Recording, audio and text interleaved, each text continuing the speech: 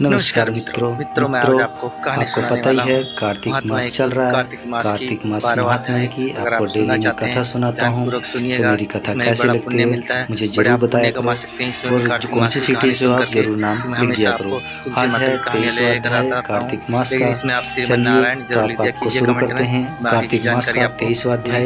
तो मैं आपको कहानी में देता सुनाता हूँ हूँ और 23वें विस्तार में अध्याय में बताता क्या हूँ। क्या देरी न हुआ करते हुए कहानी और शुरू कैसी। करते हैं। राधे चलिए राधे, शुरू हरे करते हैं कृष्णा। कथा।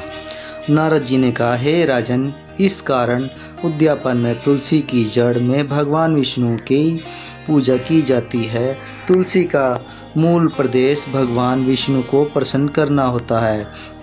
हे राजन, तुलसी का पौधा जिस घर पर वर्तमान वह घर तीर्थ रूप होता है और उस घर में यमदूत कभी नहीं आते।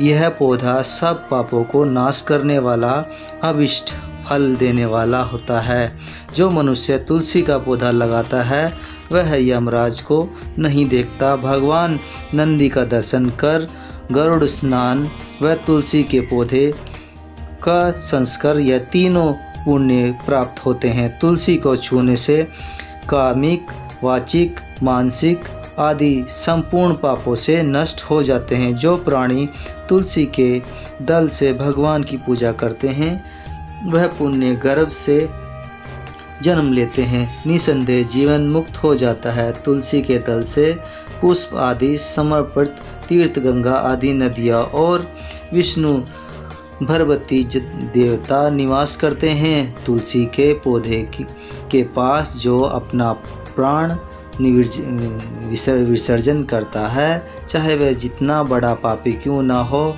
उसे यमराज नहीं देख सकते। हे राजन, जो लोग तुलसी के कंठ का चंदन लगाते हैं वह उनके कंठ पे चंदन लगाते सहज ही मोक्ष को प्राप्त होते हैं। उनके द्वारा किए गए पाप उनके शरीर को स्पर्श नहीं कर पाते। हे राजन, जहाँ तुलसी के वन की छाया है वहाँ पर पितरों का श्राद्ध करना चाहिए।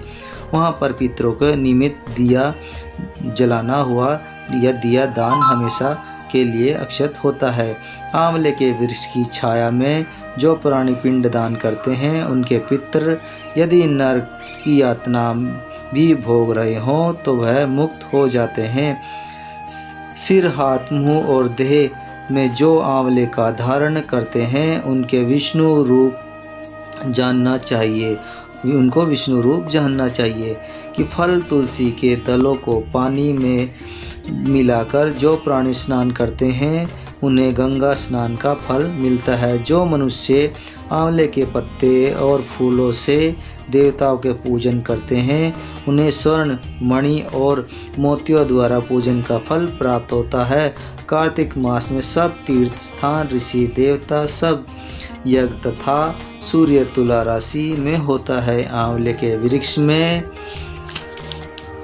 करते हैं। जो मनुष्य द्वादशी तथा तुलसी दल और कार्तिक में आंवले के पत्ता तोड़ता है वह नरक में वास करता है। जो कार्तिक में आंवले की छाया में बैठकर भोजन करता है उसका अंत के सब दोष नष्ट हो जाते हैं। कार्तिक मास में जो आंवले की जड़ में विष्णु जी का पूजन करता है उसे श्री विष्णु क्षेत्रीय व पूजन का फल प्राप्त होता है। आंवले तथा तुलसी का महत्व का वर्णन करने वाले श्री ब्रह्मा जी का समर्थ है, इसलिए धरती और तुलसी जी के जन्म की कथा सुनने से मनुष्य अपने अंश वंश को सहित मुक्त करा पाता है। तो मित्रों, ये थी कहानी। कल आपको सुनाएंगे 24वां अध्याय। यहाँ पे 23वां अध्याय समाप्त हुआ। राजा पृथ ने नारद से क्या कहा, इतिहास के महात्मा के बारे में, इस कथा के बारे में कैसे कहा, और नारद जी ने पहले समय में पर्वत निकट कर्तिपुर में धर्मात्म में क्या कहा। तो ये आगे आपको 24वें अध्याय में सुनने को मिलेगा। और भयंकर राक्षसी को देखकर धर्मदत्ता के बुरी तरह से कांपने लगे थे, ये भी आपको कल के अध्याय में मिलेगा। वह हाथ जोड़कर धर्मदत्ता के चरणों में गिर पड़े थे, ये भी आपको कल के अध्याय में ही मिलेगा। ये पूरी जानकारी मैं आपको कल के अध्याय में दूंगा। और कल का अध्याय थोड़ा सा बड़ा हो जाएगा। अच्छा भोजन, मिठाई कैसे होना चाहिए ये भी आपको बताएंगे। पति दूसरा विवाह कर रहा